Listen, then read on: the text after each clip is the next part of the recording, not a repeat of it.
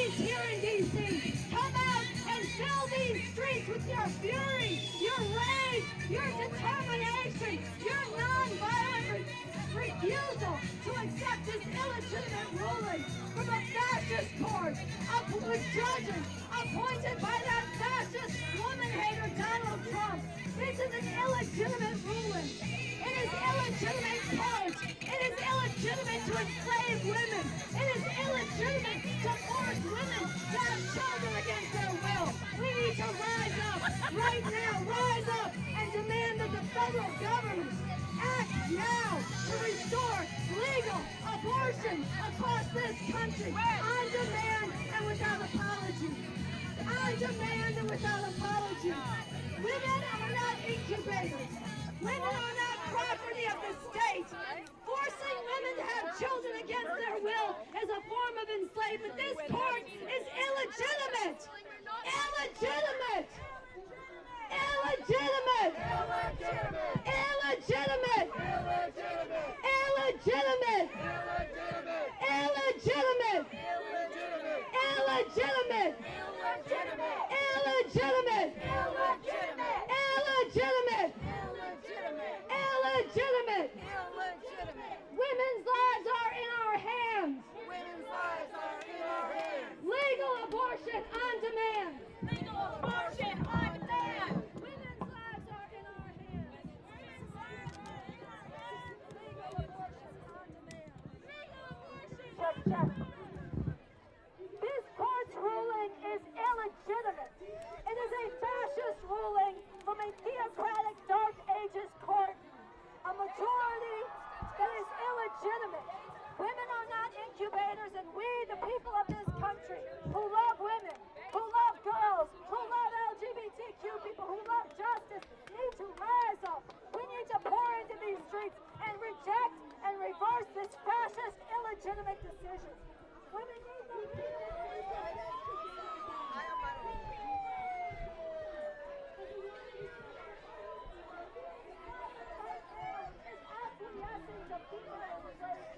we need to rise up. It is up to the people of this country to stand up, to rise up, to demand that the federal government restore legal abortion on demand across this country. Abortion on demand across this country is illegitimate. It is illegitimate. It is illegitimate.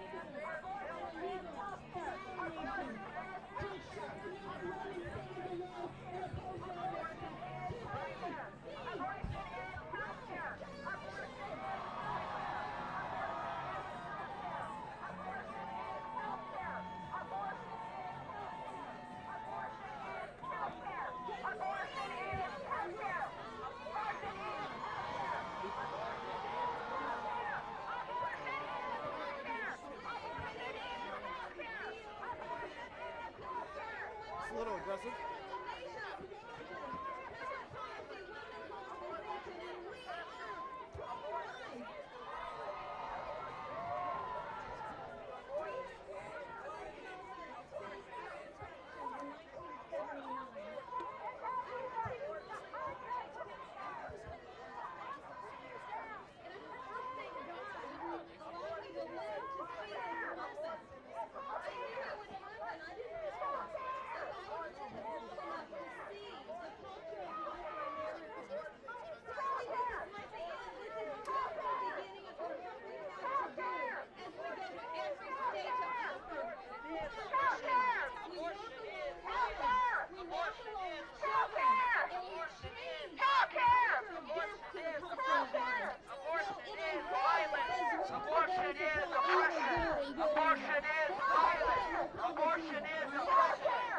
Abortion is violence. Abortion is oppression. Abortion is violence. Abortion is oppression. Abortion is violence. Abortion is oppression. Abortion is violence. Abortion is oppression. Abortion is violence. Abortion is healthcare. Abortion is healthcare. Abortion is oppression. Abortion is violence. Abortion is healthcare. Abortion is healthcare. Abortion is healthcare. Abortion is violence. Abortion is healthcare. Abortion is healthcare. Abortion is healthcare.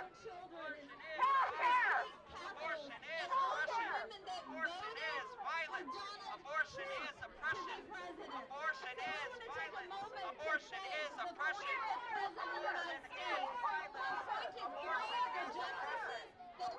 violence. Abortion is violence. Abortion is oppression. Abortion is violence. Abortion is oppression. Abortion is violence. Abortion is oppression. Abortion is violence. Abortion is oppression. Abortion is violence. Abortion is oppression. Abortion is violence. Abortion is oppression. Abortion is violence. Abortion is oppression. Abortion is violence. Abortion is oppression. Abortion is violence. And all our leaders who are volunteering. We are pro-life Democrats. We are here to be pro-life for the whole life. We will protect women and their children. They call their congressmen, they've worked and worked and worked. This is your moment, ladies. This has happened because of your work. And I am so grateful to stand here as your proxy and enjoy this moment. Thank you for everyone who made this possible. And so finally, I want to pass the microphone. We have here in the audience our Young Women for America leaders. We have college and high school chapters around the country. We're growing nonstop, and our leader for Young Women for America is Annabelle Rutledge. So Annabelle, thank you. My entire life, I have always said when talking about this issue that I have never known what it's like to live in a country without Roe. Today, that ends. And that ends for a lot of the women behind me. We have never experienced this moment. And so again, I just want to echo what Penny said and thank every single Young Women for America leader. And for everyone who says that there is not an ethic of life among young women in this country, you are living with a blindfold on. I work with them, I meet them across the country every single day, and the respect for the sanctity of life is only growing and growing. And ladies, our work is just getting started. In Ephesians, it says, put on the full armor of God, and when you have done everything, stand firm. And that's where we are today. We've put it on, we've done everything, and now we are here today, and it's time to again stand firm as we send this back to the States. I'm so grateful to be here, and I love Young Women for America leaders behind me. This is the day that Roe fell.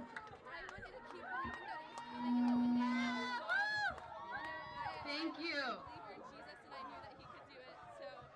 Hi everyone, thank you so much. My name is Teresa McConack. I'm the founder of Progressive Anti-Abortion Uprising. I'm an atheist, I'm a leftist, and I am proud today to stand with so many of my fellow pro-life advocates from across the political and religious spectrum. This is just such a historic day. I worked 10 years on this issue, and I stand on the backs of giants who have worked for decades to overturn Roe. Rhoda Terry, Kristen Hawkins, so many other amazing leaders who I stand on their shoulders. I'm so grateful to them. We are going to take this to every single blue city in America. We are not done. This is just the beginning. We seek justice for the 60 million victims of Roe versus Wade, and that justice begins now. I want you guys to repeat after me. We're gonna dance on the grove of Roe versus Wade. Baby, don't cry. You're not gonna die. Abortion will be a crime. One more time. We are gonna dance On the grave! April! Versus Wade! Baby, don't cry! You're not gonna die! Abortion will be a crime!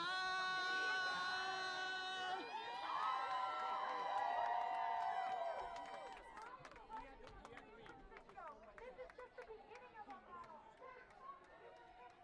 My name is AJ Hurley. I am the director of Citizens of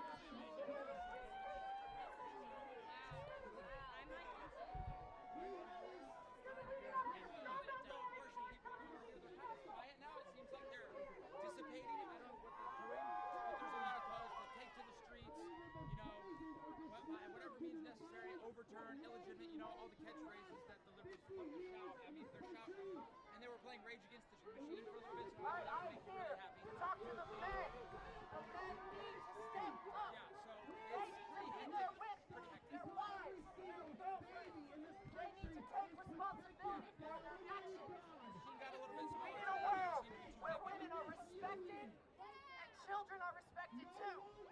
We are here today. We are walking on air. We are excited, and we are the post-road generation. We are the post-road generation, and we will abolish abortion. We are the post-road generation, and we will abolish abortion. The post-road generation will abolish abortion.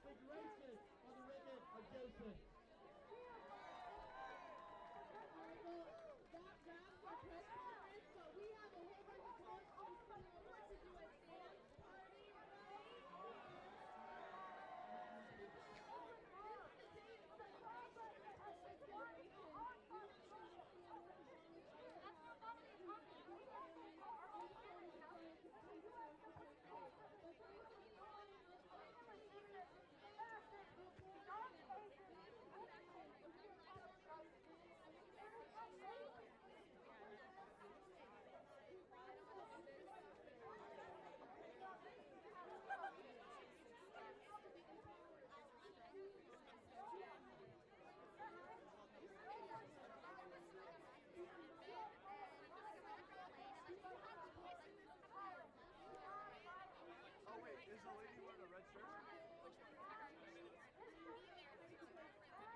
Yeah, I already read it.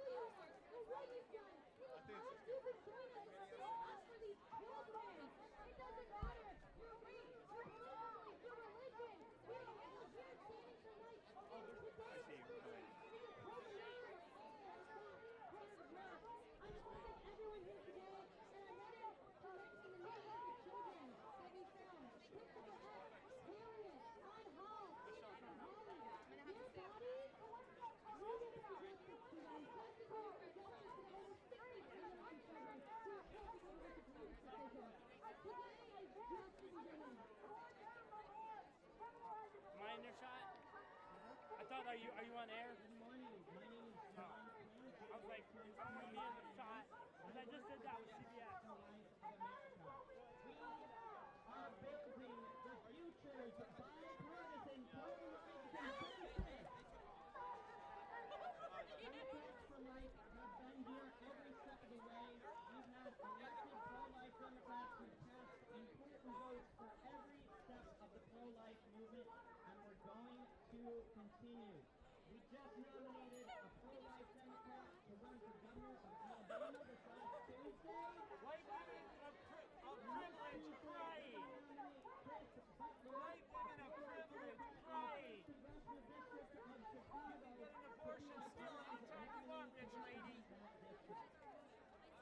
We need everyone's support to build a whole life future. We thank everyone who's contributed to come this far. We look forward to building a post-war America where every mother is loved and supported and has the Yeah, I just plan to do some calisthenics and children celebrate. have all the resources they need and the protection of the law. Thank you very much. Pro-life for the whole life.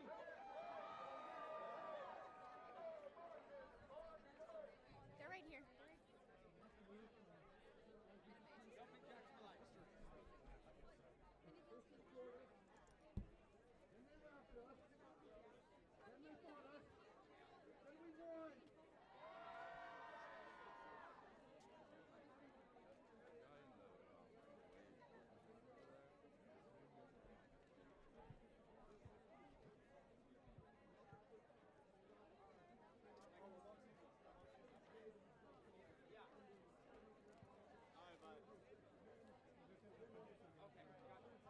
Jumping jacks for life.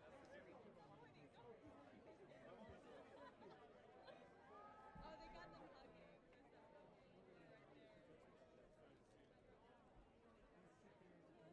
Oh, look, they did it. That's okay. I'm watching Fox right now. We're like in their shot. We just stand here. Yeah, Fox is the one right behind you with the lady in the red We're dress. like, if you all face that way, you'll be on TV. Just have I mean, we look at conservative television and TV. Yeah, yeah, I'm just studio.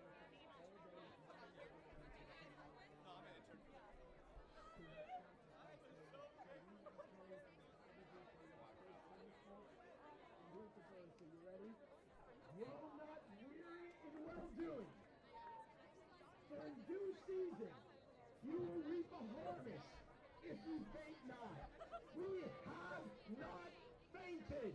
We have stood strong. Dr. King said, the moral arc of the universe is long, but it bends toward justice. Let us pray right now. Glory be to God the Father, God the Son, and God the Holy Spirit. Father, we are so thankful for this historic moment, this historic time in history. Father, we are thankful for your faithfulness. We are thankful that you who created life treat every life with dignity, equality, and respect. And Father, right now we pray for everyone here that we would move forward and not rest until abortion is unthinkable in America, until abortion violence ends in America. God, we pray for all those on the other side who disagree with us, that we would build a bridge to say, this is how we will help women with unexpected pregnancies.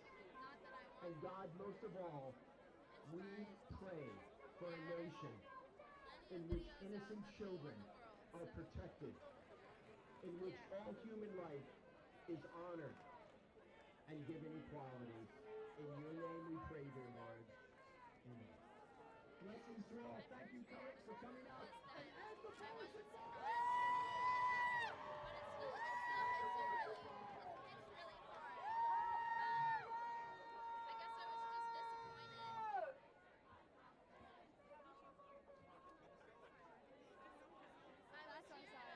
Protesting, and there's a huge group of pro-life individuals here, and they just suddenly started shooting extremely early.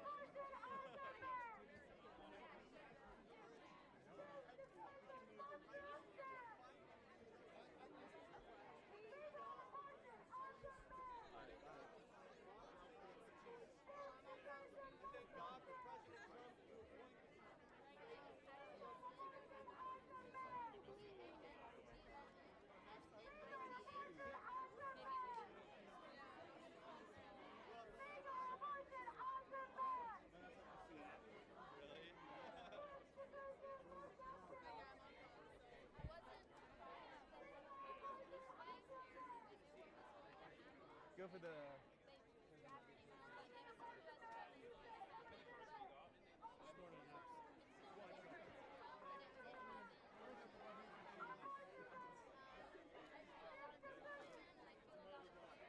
My sister texted me to turn around.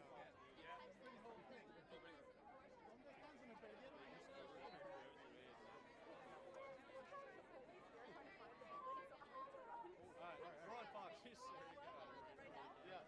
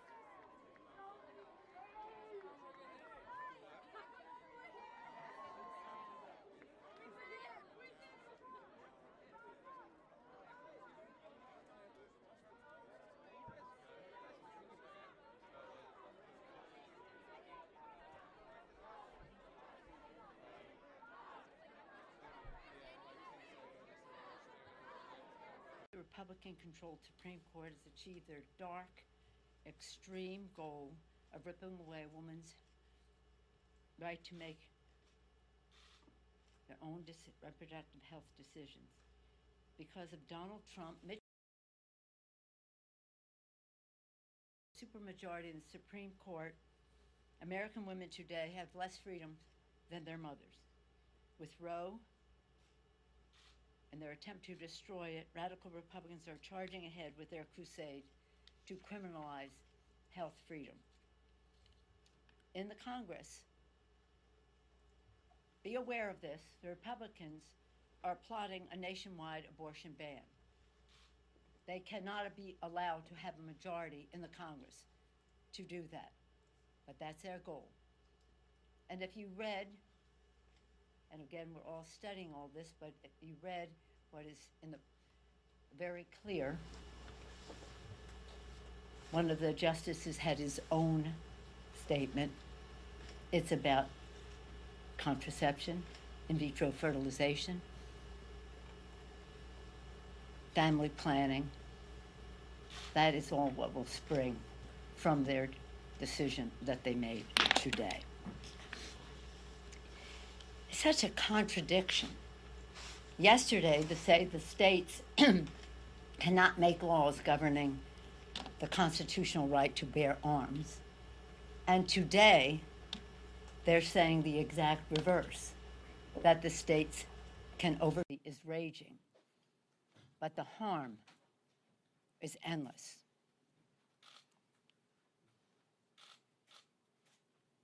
What this means to women is such an insult.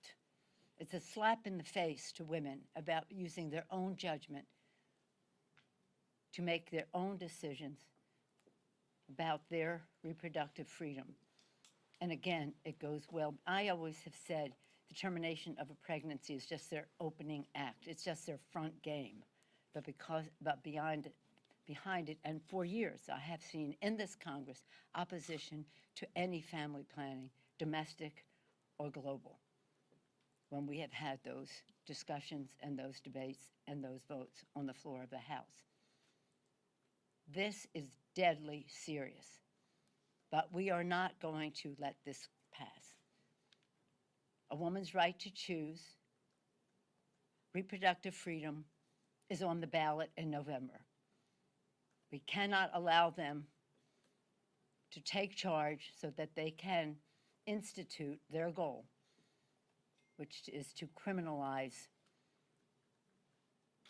reproductive freedom, to criminalize it. Right now, they're saying in states that they can arrest doctors and all the rest. What is happening here? What is happening here? A woman's fundamental health decisions are her own to make in consultation with her doctor, her faith, her family, not some right-wing politicians that Donald Trump and Mitch McConnell packed the court with. While Republicans seek to punish and control women, Democrats will keep fighting ferociously to enshrine Roe v. Wade into the law of the land. This cruel ruling is outrageous and heart-wrenching, but make no mistake, again, it's all on the ballot in November. The Supreme Court has ended a constitutional right. This is 50 years proclaimed a constitutional right. What happened today was historic in many respects. Historic in that it had not recognized a constitutional right and then reversed it. This is a first. And again, just before it imposed a constitutional right to allow for concealed weapons. How about those justices coming before the senators and saying that they respected, sorry to say, the precedent of the court, that they respected the right of privacy in the Constitution of the United States? Did you hear that? Were they not telling the truth then? Again, just getting to the gun issue, because really, in preparation for this morning, I was really an exalted state about what happened in the United States Senate yesterday. Counterpoint to the dangerous decision of this Trumpian Supreme Court that they made yesterday, but a way to take us to, as the bill is called, community safety. The Bipartisan Safer Communities Act. Right now, and I'm going to have to leave momentarily because we're just finished voting on the rule, we will be debating the bill on the floor, and we expect a good bipartisan vote on it in the House. We congratulate the Senate on the work that they have done and the timeliness of it to be passed in the Senate in a strong bipartisan way on a day when the court made such a dangerous, dangerous decision. Many of our House Democrats' proposals that are included in this package are that keep deadly weapons out of dangerous hands by encouraging states to establish extreme risk protection order laws, ERPO, otherwise known as red flag laws, help put end to straw purchases, close the boyfriend loophole. So many good things are in there. And it's not everything that we want, and we must keep moving toward background checks, but universal background checks, which will save the most lives. But this will save lives. And to listen to Lucy McGrath and other family members of those who have lost their loved ones, this is a giant step forward. Maybe not so much a giant, but a strong step forward. And if it's good enough for them, then we rejoice in passing it. As I say to members all the time with legislation, do not judge it for what isn't in it, but respect it for what is. And there's much to be respected in this legislation.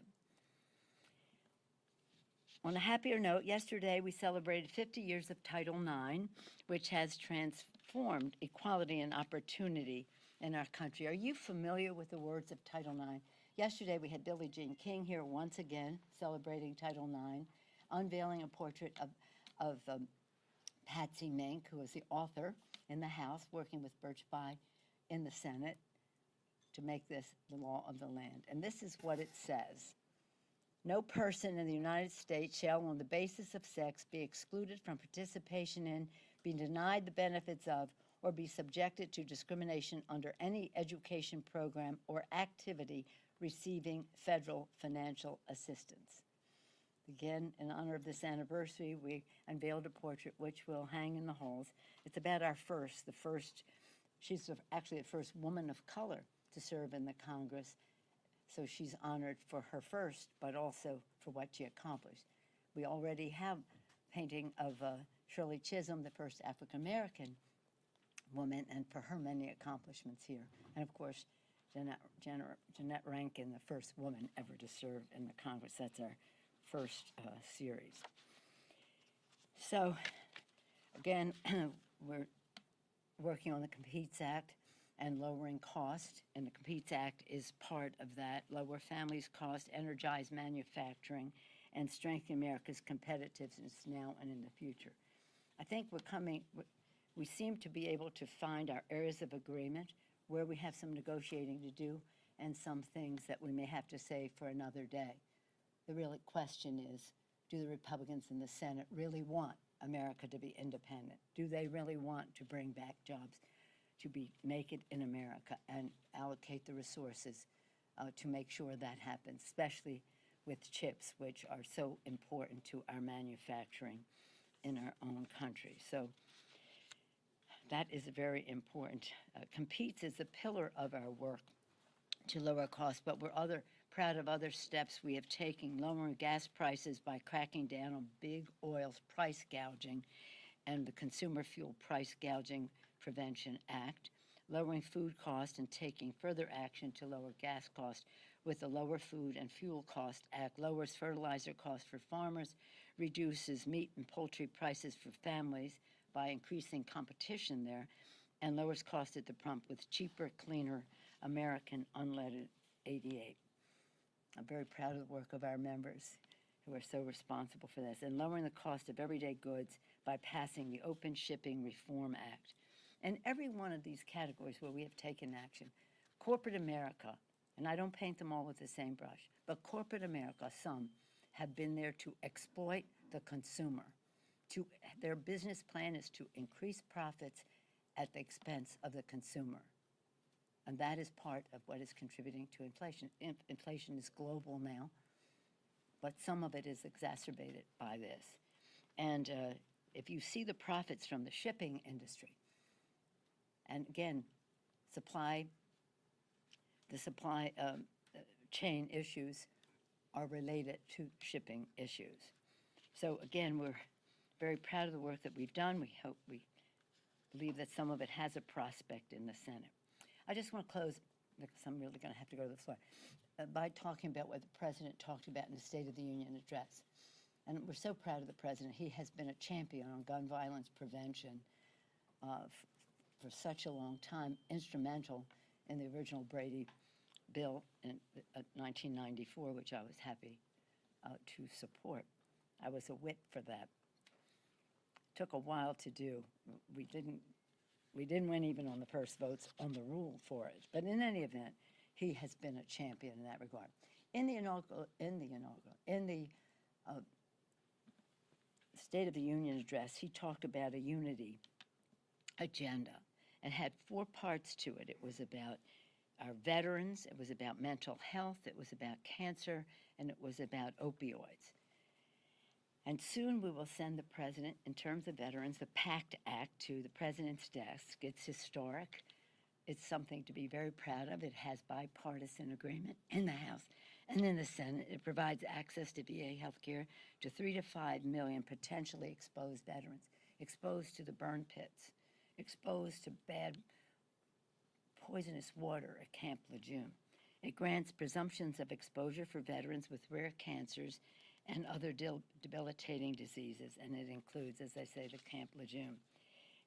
The cancer piece of it is addressed in the Advanced Research Projects Agency Health Act, ARPA-H, Congresswoman Eshu's legislation. The PACT Act is Mr. Takano, the chair of the Veterans Affairs Committee. ARPA-H comes out of the Energy and Commerce Committee, this particular legislation, Congresswoman Eshu's, and that is accelerates the fight against cancer, supercharges the cancer moonshot, and again, a number of mental health bills this week and more to come that address mental health concerns that we have for our veterans, for our children, for our entire community. And again, some of that legislation relates to the opioid challenge that we face. So we pass legislation keeping the President's promise, and hopefully we can get some of this through the Senate.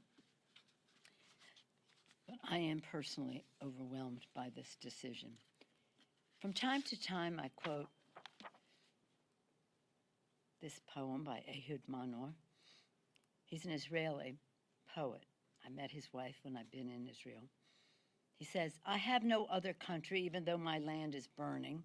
Only a word in Hebrew penetrates my veins, my soul, with an aching body and with a hungry heart. Here is my home. I will not be silent, for my country has changed her face. My country has changed her face. I shall not give up on her. I shall remind her and sing into her ears until she opens her eyes." Clearly, we hope that the Supreme Court would open its eyes. But to see the Chief Justice side with this radical agenda, it's just stunning. And again, as a woman, as a mother, as a grandmother, to see young girls now have fewer rights than their moms or even their grandmothers is something very sad for our country. I only have time for like 1 or 2 questions. Chad and then Jake. Okay. You talked about the exercise by Leader McConnell on the Merrick Garland nomination, and then what happened with the 3 President Trump decisions here. We have a member of your caucus who's saying we don't care what the far-right extremist court does. I mean, even though you don't like the process to get these justices onto the court, which resulted in this decision, do you respect the process and what they've come out with, even though you vehemently disagree? I'm about truth and honesty. Mitch McConnell said when Justice Scalia passed away in the early month, was it February, the beginning of February, the end of January, that we didn't have enough time in an election year to confirm a justice. And so Merrick Garland was not even given a hearing with 11 months to go. And yet, when Ruth Bader Ginsburg died, before the word was out that she had died, he had already said, we're setting up hearings, when it was only weeks until the election. The inconsistency, the hypocrisy, I don't respect that process, A. B, that some of these justices who came before the Senate said they respected precedent and privacy. They must have a different view of precedent from what their vote was today on Roe v. Wade. No, I don't respect a process that criminalizes a woman's right to her reproductive freedom. Jake? Do you have any plans for action in the House? I know you've already taken action. Yes. Is there something that you do further? We have passed that legislation really in order to make it the law of the land. It is clear that we just have to win a majority in November. And everything is at stake. If you're a woman, if you care about women, if you respect women, you know that this is a disgraceful judgment that they made.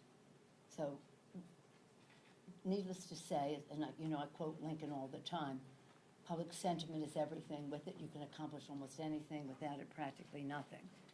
But in order for public sentiment to prevail, people have to know. And people do know. There are probably millions of Americans out there who are angered, saddened by this decision, who feel very helpless, like that they can't do anything about it. What's your advice to them about what they should be doing? Well, I think that, again, it's always about the outside mobilization is the most important part of any success that we can have on an issue. I say this all the time. Every week I have a big mobilization, a Zoom, and I say, you are our VIPs, our volunteers in policy, our volunteers in politics. Inside maneuvering can only take you so far. Outside mobilization makes all the difference in the world. So I do think that women have to know, and those who care about women have to know that their voice, to know their power, to know the power of mobilization, to make their voices heard to their elected officials. Nothing is more eloquent to a member of Congress than the voice of his or her own constituents. And so they have to make their voices heard. But there is a plan, and that plan is to win the election, hopefully to get 2 more senators so that we can change the obstacles to passing laws for the good of our country. And one of the most encouraging things for me that happened right after the inauguration of the former occupant, occasionally, of the White House was the day after that inauguration, that horrible speech, horrible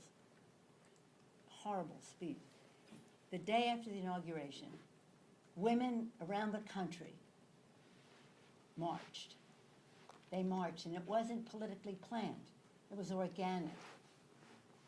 People just came forth in large numbers all over the country, and women marched, women ran for office, women voted, and we took back the House. We have to have something commensurate with that. But again, the organic nature of it, that it was spontaneous, that it sprang from community. We have a plan. And we have we have a goal, and we have a plan to achieve it. So they should be and take advantage of that opportunity, because otherwise you'll have the criminalization. They're talking about trying doctors for murder who terminate a pregnancy, and it might be something that is rape, incest, or anything like that as well. This is extremism to the nth degree. And I think it's the power of women will be felt very strongly in this. I'm going to have to go to the floor now because this is historic. We're so proud of this legislation. Again, we don't judge it for what it doesn't do, but respect it for what it does. And what it does are good things that can save people's lives. Thank you so much. Speaker, is a fetus a human being? I'm gonna tweet something. I was just like, should I that's when they knew it was sad. Yeah. Usually she makes a consent effort to be like, oh, there's women in here. A ring on the floor. Right here.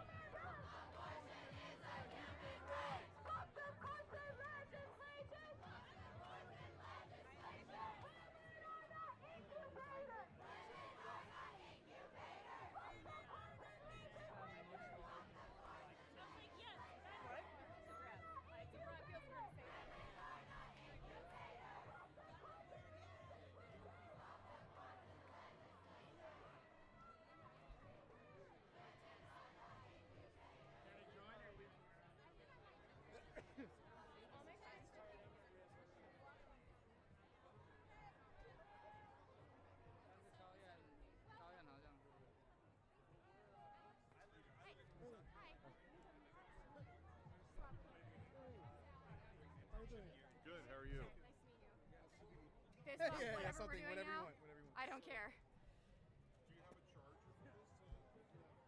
You don't? That was worse than my yelling. Do you need How's it been so far? Decent. Yeah?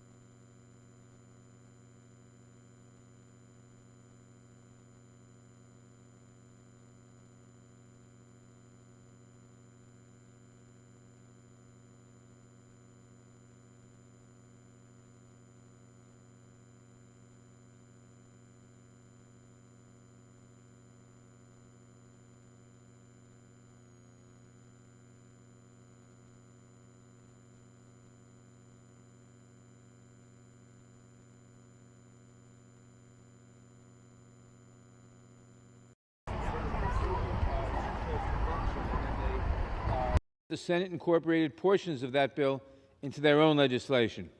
I wish there was more. I wish we could say we were doing everything we could to prevent another parent from losing their child to gun violence. But I am proud that we're making an important start today. This cannot be the last step, but we also cannot let another day go by without taking action to make our communities safer and to keep even one more family whole. Recently, I have turned to a particular teaching in the Talmud. Whoever takes one life it's as if he kills the entire world. And whoever saves one life, it's as if he saves the entire world. This legislation includes provisions that will save many lives. Like the Protecting Our Kids Act, it includes funding to implement extreme risk protection laws and a prohibition on straw purchasing. It also strengthens background checks for those under 21, makes more sellers responsible for conducting background checks, takes steps to address the boyfriend loophole, and provides significant funding for programs that will make our community safer. Today, we will send legislation to the President's desk for the first time in decades that will make progress toward ending the scourge of gun violence. I urge my colleagues to join me in supporting the Bipartisan Safer Communities Act, and I reserve the balance of my time. New York reserves. The gentleman from Ohio is recognized. Thank you, Mr. Speaker. I yield myself, excuse me, as such time as I may consume. Gentleman's recognized.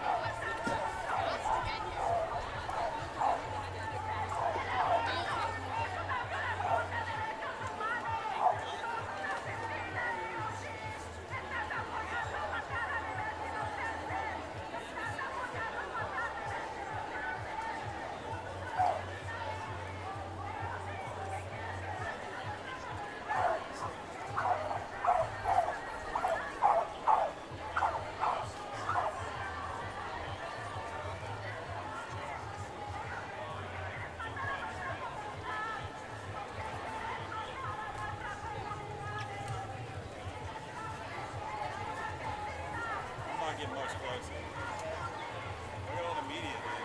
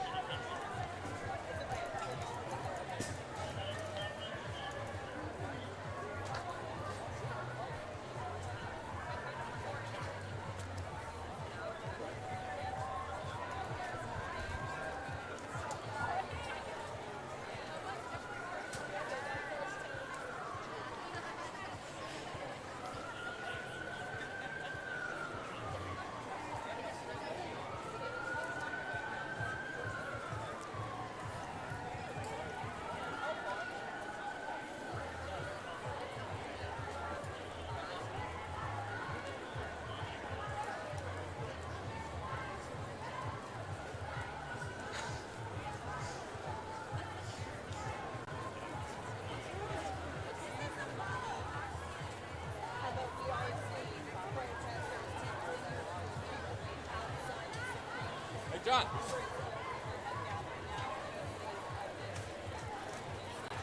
They send a real photographer, man. Come on. Yeah. Are you done? Yeah, he came over and said hello. I'm just, I don't know, stopping by. It's supposed to be an exciting day for you guys. Interesting, maybe. Interesting. Yeah, that's a better word. Are you done? Yeah. My replacement is there. Oh, who's your replacement? It's what's his name? Rich? Rich. He's your replacement? Yeah. You've got a new another done? Yelling and things like that. But we had a great Stupid, because you know what? They should have brought the early people in the morning to replace us, because we don't have any of that. We've been at it all morning.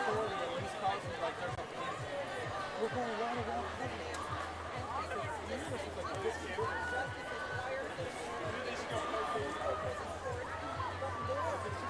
There was a plane crash? No, she called me like this was a plane crash. And we should have had it all planned out before this month. Yeah, they didn't understand the overlapping of people.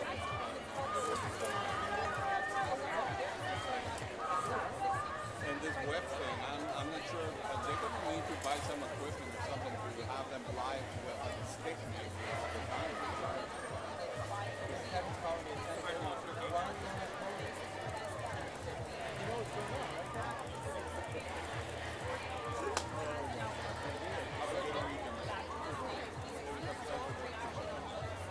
I feel kind of sad that I got replaced.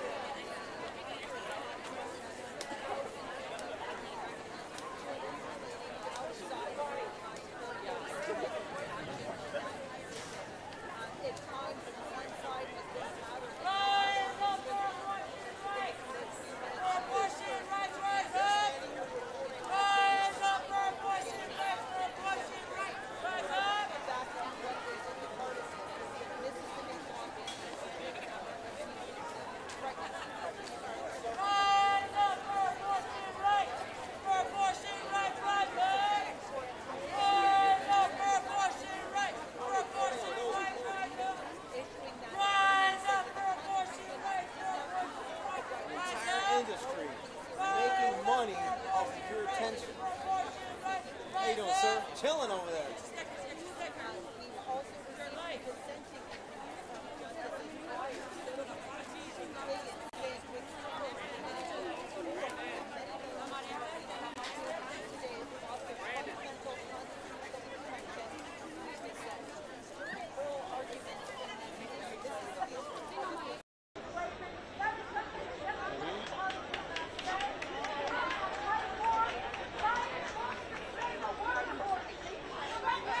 What show are you attached to? No go, buddy. I'm doing hits for my network. Sorry. Yeah. Sorry.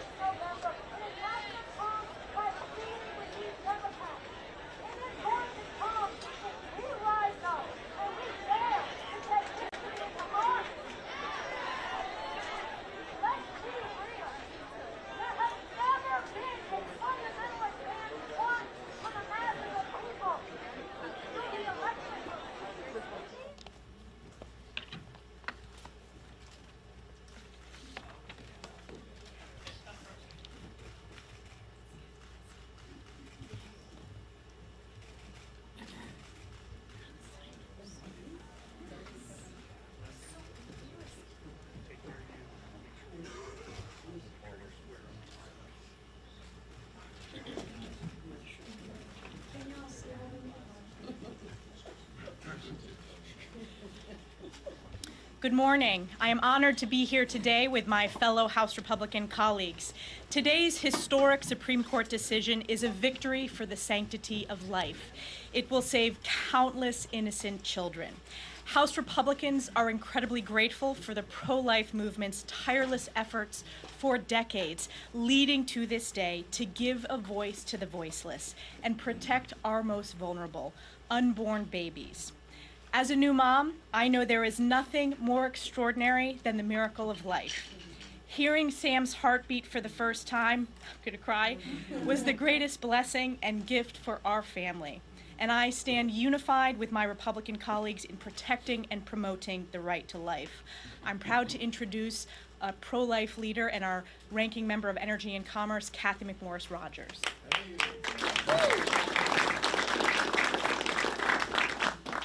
First of all, I thank God for this day.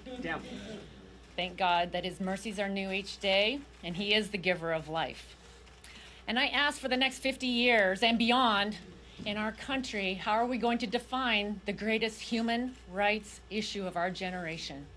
This Supreme Court decision marks a chance for us to restore hope and healing to every family in this country, moms and children at every stage of life. And may it begin with each one of us doing our part to protect and celebrate all life in this greatest experiment in self-governance that the world has ever known. However, Speaker Pelosi and the Democrats are forcing an extreme agenda on America through their Abortion on Demand Until Birth Act. It would nationalize abortion all across this nation, making America just as radical as China and North Korea. It legalizes discriminatory abortions at every stage based upon sex, race, or disability. It overrides state laws that protect women from coercion. There's no part of this that celebrates the life, the dignity, the value of every life. I think about my friend, Chloe. Chloe is a beautiful, smart young lady with Down syndrome. And at 18, she's appeared before the UN twice and spoken. And she told the world, embrace, don't erase Down syndrome. She's helped pass laws at the state level that would make sure that parents, when they receive that prenatal diagnosis of having a baby with Down syndrome, that they would actually get accurate information as to the potential of that life. Democrats want to eliminate laws like Chloe's. We must stand together and say, enough. The court affirmed today that every life is worth living. My hope, my prayer is that America will reclaim our identity as a nation whose God-given rights are life, liberty, and the pursuit of happiness for all. And I'm pleased to introduce a gentleman who's made it his life's mission to protect life and reclaim life in America, Chris Smith, gentleman from New Jersey. Thank you so much.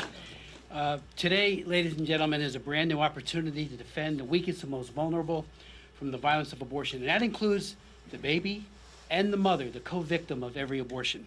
For decades, right up to this very moment, abortion advocates have gone to extraordinary lengths to ignore, trivialize, and cover up the battered baby victim. They've aggressively fostered a culture of denial, disrespect, a culture of death, and a bias against babies. You know, back in 1973, the Supreme Court, in an infamous decision called Roe versus Wade, which you all know about, said we need not resolve the difficult question of when human life begins. They sidestepped it and then legalized abortion throughout pregnancy. Justice Byron White at the time called that an exercise in raw judicial power. The Alito majority opinion issued today, just a couple of hours ago, at long last recognizes the need for elected representatives at the local and federal level to take the action about abortion. Hopefully it'll be on the side of protection, but as Kathleen Morris-Rogers said a moment ago, there is a bill pending right now that is an existential threat to the lives and dignity of unborn children. It would allow abortion right till birth and would eviscerate every single modest pro-life policy from women's right to know laws to parental notification statutes throughout the entire country. It passed the House last September. Every one of us voted and spoke against it, and it's pending in the Senate. So while this is a major step forward, it also means that we're in an area where we've got to fight even harder to defend these innocent children. And again, as I think all of you know, with ultrasound, the visibility of an unborn child is more apparent than ever before.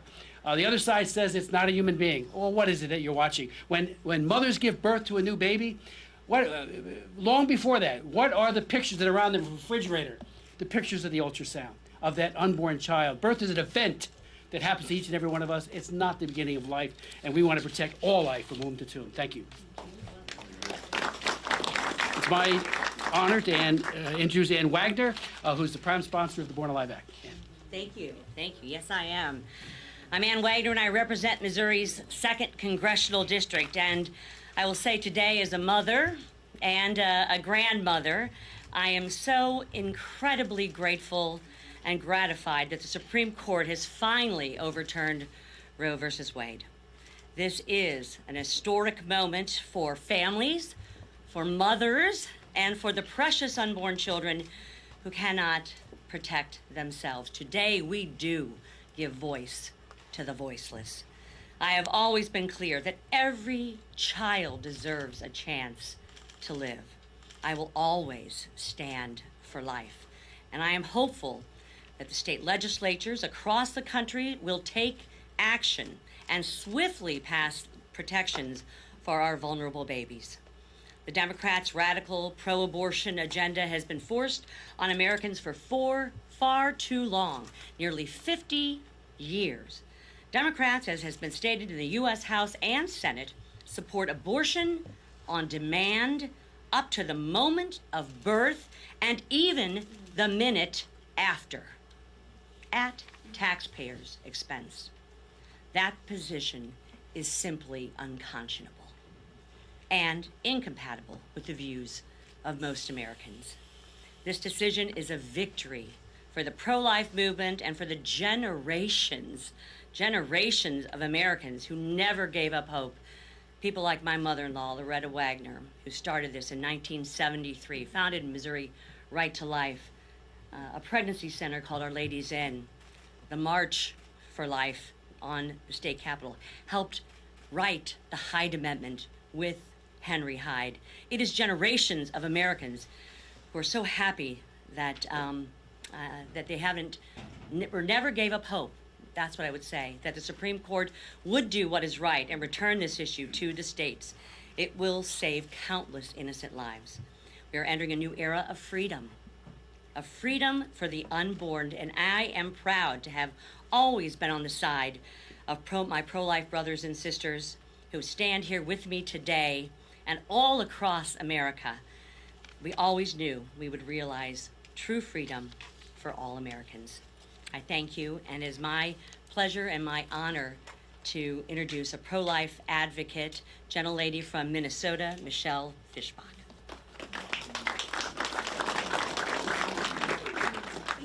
And thank you very much. This is certainly a day that pro-lifers have been waiting for 49 years. Today's Supreme Court decision was a step to protect the most precious and basic right, the right to life. Roe versus Wade was unconstitutional. The pro-life community has always known this. Every innocent life is precious, from conception until natural death.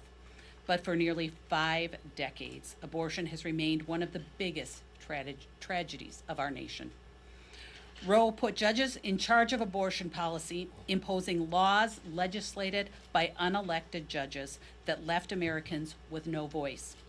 Now, the American people will be able to decide the issue of abortion through their elected officials. This is what democracy looks like. Elected leaders accountable to the people they represent, that propose and pass laws that people support. The Constitution gives the people this job, and the people are ready to protect life. Thank you very much, and it is my honor to introduce Representative Julia Letlow.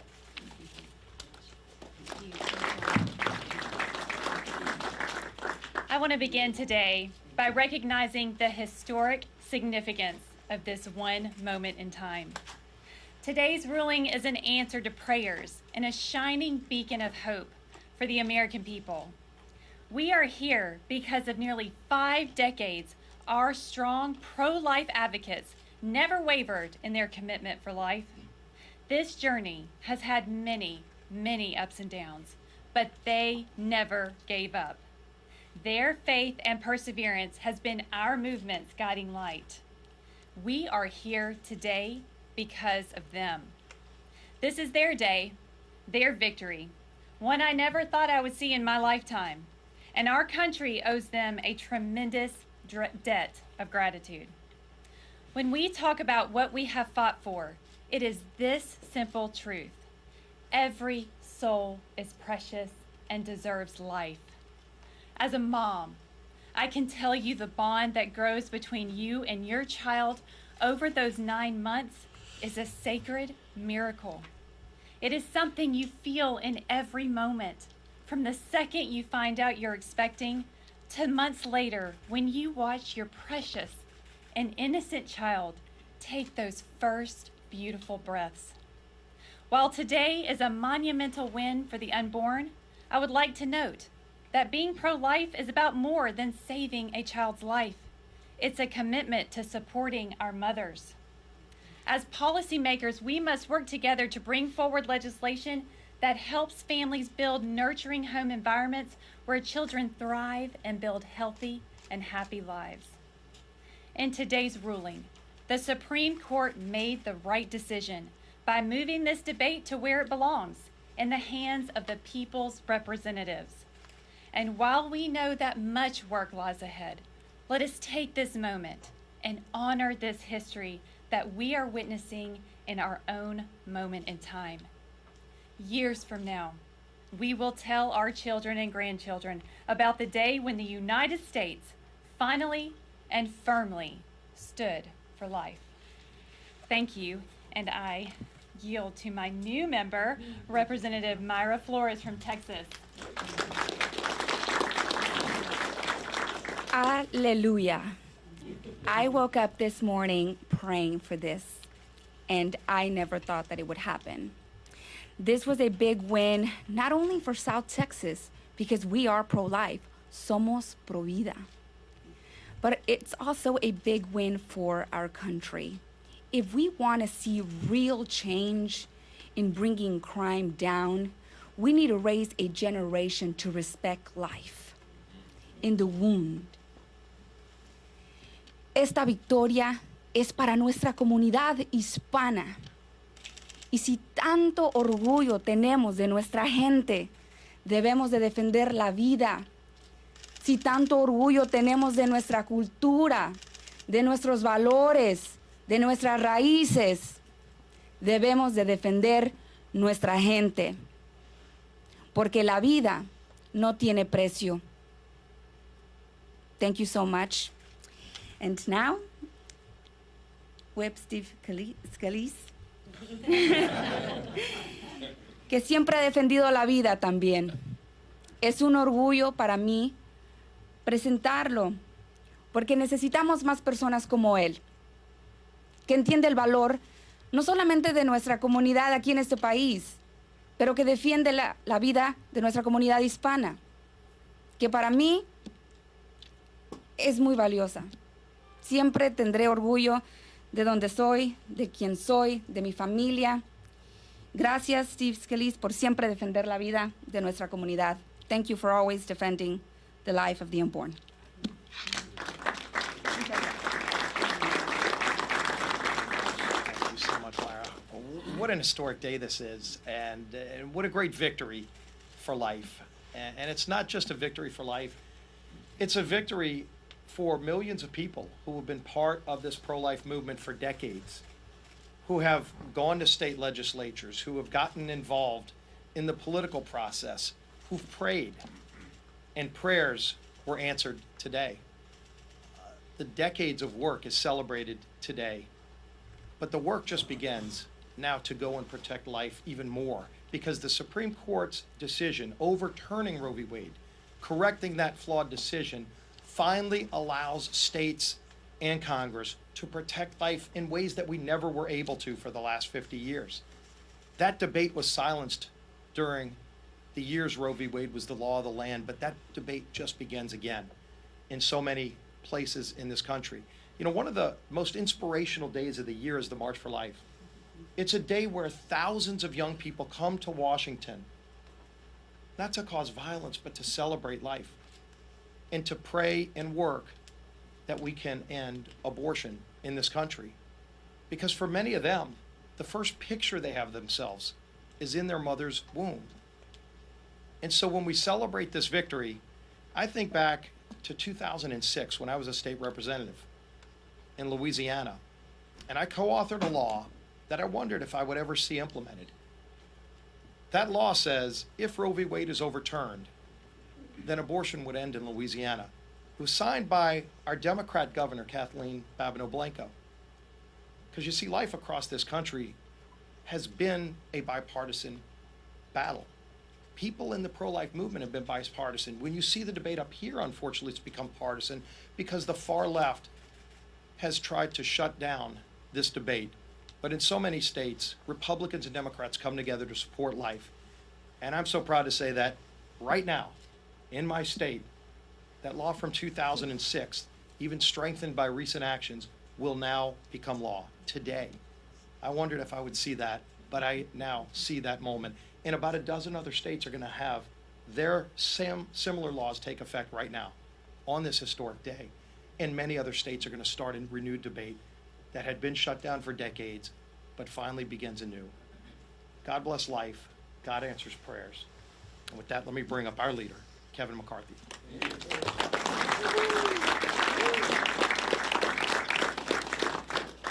Only a few of us are speaking today, but I hope you acknowledge everyone who's standing behind us.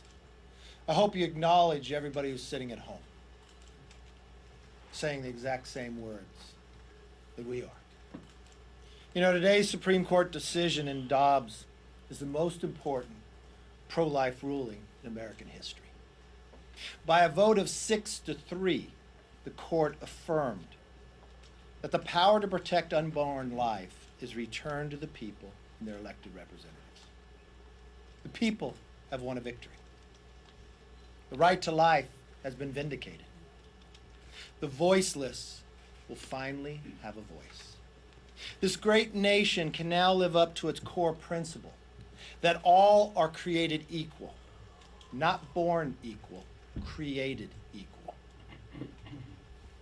Americans celebrate this historic victory because we know it will save the lives of millions of children and it will give families hope.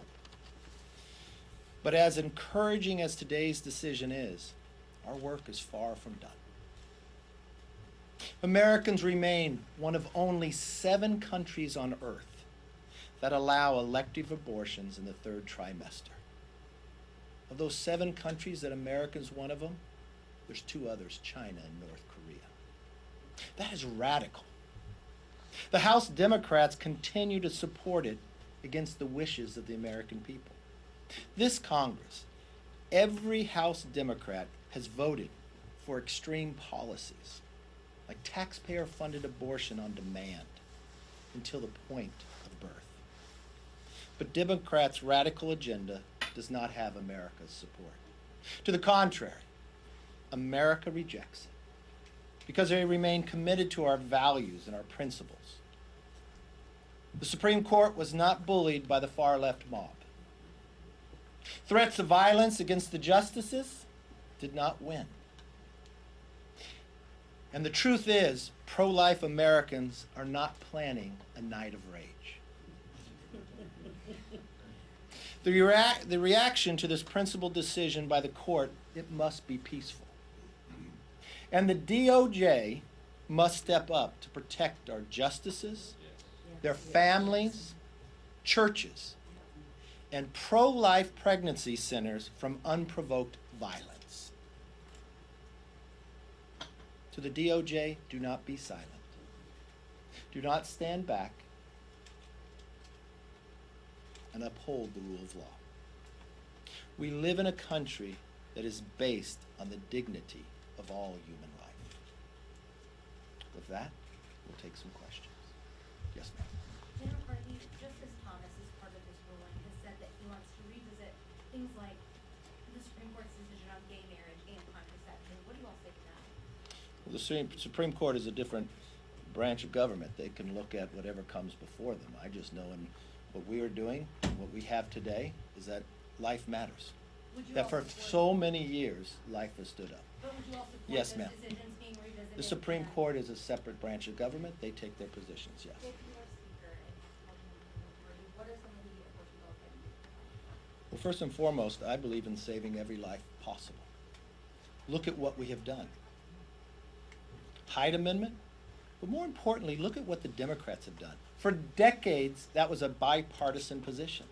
Why did this new radical agenda, when the Democrats took the House, the Senate, and the White House, even the President Biden, who had supported that, remove that?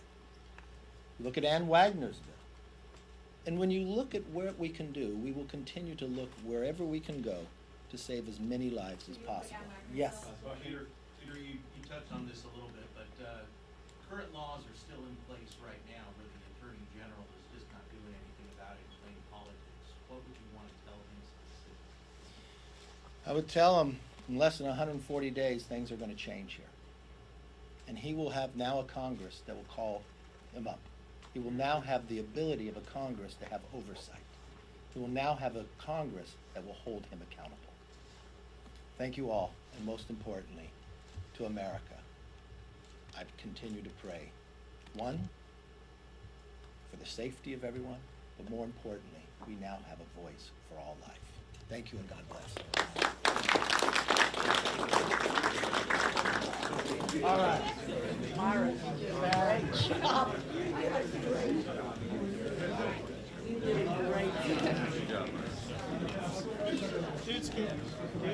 Oh, I'm sorry.